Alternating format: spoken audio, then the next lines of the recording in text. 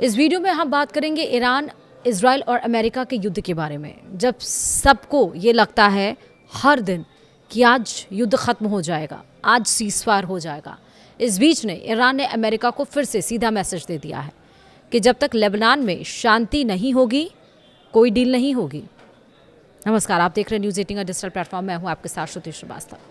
America और Iran के बीच शांति वार्ता चल रही है। इसी बीच ईरान से एक बड़ी खबर निकल कर आई। ईरान के राष्ट्रपति मसूद पेज़ेश्कियान ने अपना इस्तीफा सौंप दिया। उन्होंने सुप्रीम लीडर मोस्तफा खामनेई को अपना इस्तीफा भेजा है। उनका कहना है कि IRGC के लगातार कंट्रोल के कारण वो अपना काम ठीक से नहीं कर पा रहे हैं, और साथ ही इन्होंने ये भी कह दिया कि लेबनान में जब तक शांति डील नहीं होगी तब तक कोई डील नहीं होगी। विस्तार से समझिए। दरअसल ईरान में राष्ट्रपति मसूद पेज़ेश्कियान के इस्तीफे की खबरों ने राजनीतिक गलियारों में हलचल मचा रखी है, लेकिन अब खुद राष्ट्रपति ने सामने आकर इन तमाम अटकलों पर विराम लगा दिया है। अल अरबिया की रिपोर्ट के मुताबिक पेज़ेश्कियान ने साफ शब्दों में कहा है कि वह अपना पद नहीं छोड़ रहे हैं और सामान्य रूप से अपनी जिम्मेदारियां निभा रहे हैं। उन्होंने कहा कि मैं अपना काम जारी रखूंगा और किसी भी स्थिति के लिए तैयार हूं। उनका यह बयान ऐसे समय में आया है जब ईरान की राजनीतिक और आर्थिक स्थिति को लेकर कई तरह की चर्चाएं चल रही हैं। रविवार को कई रिपोर्ट्स में दावा किया गया कि राष्ट्रपति ने अपने पद से इस्तीफे की पेशकश की। उन्होंने सुप्रीम लीडर मोस्तफा खामनेई को अपना इस्तीफा दे दिया। जनता से कुछ नहीं छिपाएंगे, ये बात कही गई। पेज़ेश्कियान ने कहा कि उनकी सरकार समस्याओं को छिपाने के बजाय जनता के सामने वास्तविक रूप से रख रही है। उन्होंने ये भी कहा कि हम ईरानी जनता के सामने समस्याओं को उनके वास्तविक स्वरूप में प्रस्तुत करते हैं। राष्ट्रपति ने जोर देकर कहा कि मौजूदा संकटों की गंभीरता को लेकर लोगों के साथ पारदर्शिता बरतना जरूरी है ताकि चुनौतियों का सामना मिलकर किया जा सके। सवाल ये कि सरकार और IRGC में आखिर लड़ाई क्या चल रही है। पिछले कई महीनों से ऐसी खबरें सामने आती रही हैं कि ईरान की सैन्य और सुरक्षा संस्थाओं तथा राष्ट्रपति कार्यालय के बीच तनाव बढ़ रहा है।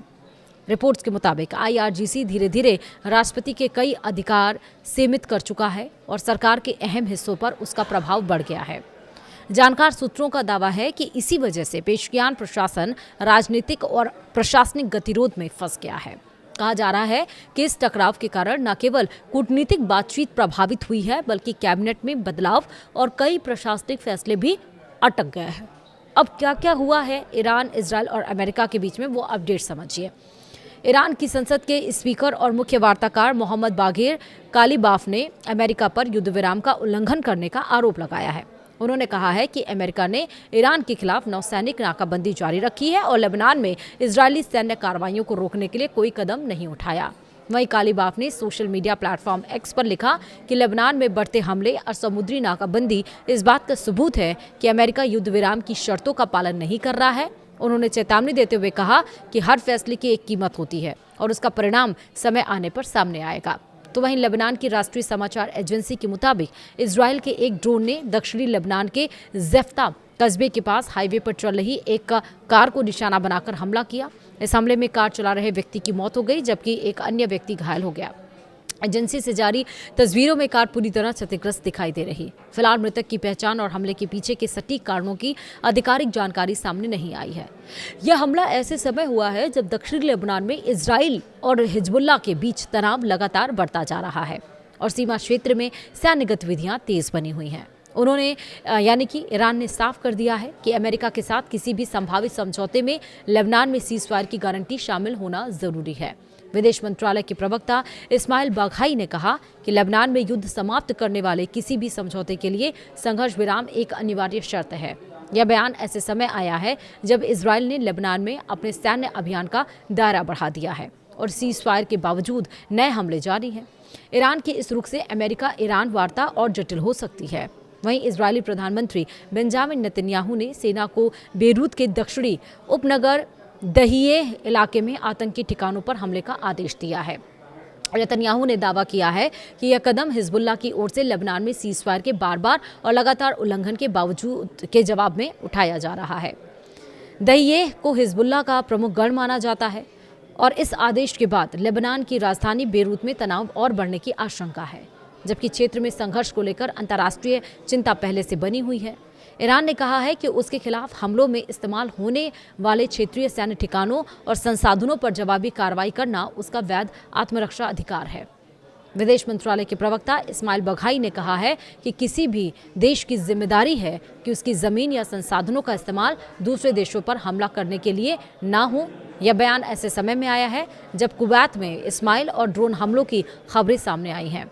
बघाई ने यूरोपीय संघ पर भी दोहरे मापदंड अपनाने का आरोप लगाते हुए ईरान की आलोचना को पाखंडी करार दिया है। वहीं इजरायली सेना ने दक्षिणी लेबनान के मलिक और कफरहौना कस्बों के निवासियों को तुरंत घर छोड़ने की चेतावनी जारी की है। अरबी भाषा में जारी संदेश में सेना ने कहा है कि वह इन इलाकों में हिजबुल्लाह के खिलाफ जल्द कड़ी सैन्य कार्रवाई करने वाले हैं। वहीं लोगों से कहा गया है कि वे तुरंत अपने घरों से निकलें और कस्बों से कम 1000 मीटर दूर खुले क्षेत्रों में चले जाएं। यह आदेश ऐसे समय आया है जब दक्षिणी लेबनान में इजरायली सैन्य अभियान लगातार विस्तार कर रहा है। इजरायल ने दक्षिणी लेबनान से अपनी सेना की वापसी को हिजबुल्लाह के निरस्तीकरण की प्रगति से जोड़ दिया है। वहीं इजरायली प्रसारक कान की रिपोर्ट के मुताबिक इजरायल चरणबद्ध तरीके से अपनी सेना को दक्षिण की ओर पीछे हटाने और सुरक्षा क्षेत्रों को छोटा करने पर विचार कर रहा है, लेकिन यह इस बात पर निर्भर करेगा कि लेबनानी सेना हिजबुल्लाह को कितना प्रभावी ढंग से निशस्त्र कर पाती है। इजरायली अधिकारियों ने साफ कहा है कि जब तक खतरा बना रहेगा तब तक पूर्ण वापसी नहीं होगी। यह रिपोर्ट ऐसे समय आई है जब अमेरिका लेबनान में तनाव कम कराने की कोशिश कर रहा है। हालांकि ईरान ने जनवरी में हुए सरकार विरोधी प्रदर्शनों से जुड़े 2 लोगों को फांसी दे दी है। मिजान न्यूज़ एजेंसी के मुताबिक मेहरदाद मोहम्मदिनिया और अशकान मालेकी को तेहरान के गीशा इलाके में स्थित जाफरी मस्जिद पर हमले, सार्वजनिक संपत्ति को नुकसान पहुंचाने और सुरक्षा बलों से झड़प के मामले में दोषी ठहराया गया था। रिपोर्ट के अनुसार दोनों की मौत की सजा को सुप्रीम कोर्ट ने भी बरकरार रखा था और जिसके बाद से इसे लागू किया गया। वहीं आर्थिक हालात को लेकर शुरू हुए प्रदर्शन बाद में ईरान की सरकार के खिलाफ व्यापक विरोध में बदल गए थे। वहीं अमेरिकी राष्ट्रपति डोनाल्ड ट्रंप ने दावा किया है कि ईरान समझौता करने के लिए बेहद इच्छुक है और जो भी डील होगी वह अमेरिका और उसके सहयोगियों के हित में होगी। वहीं ट्रुथ सोशल पर जारी बयान में ट्रंप ने अपनी नीतियों की आलोचना करने वालों पर भी निशाना साधते हुए कहा कि लोग बेवजह नकारात्मक बातें कर रहे हैं। उन्होंने भरोसा जताया कि मौजूदा संकट का अंत सकारात्मक नतीजे के साथ होगा और कहा, आराम से बैठिए, आखिर में सब कुछ ठीक हो जाएगा। आपको भी लग रहा है कि आखिर में सब कुछ ठीक हो जाएगा? वीडियो में इतना ही। नमस्कार।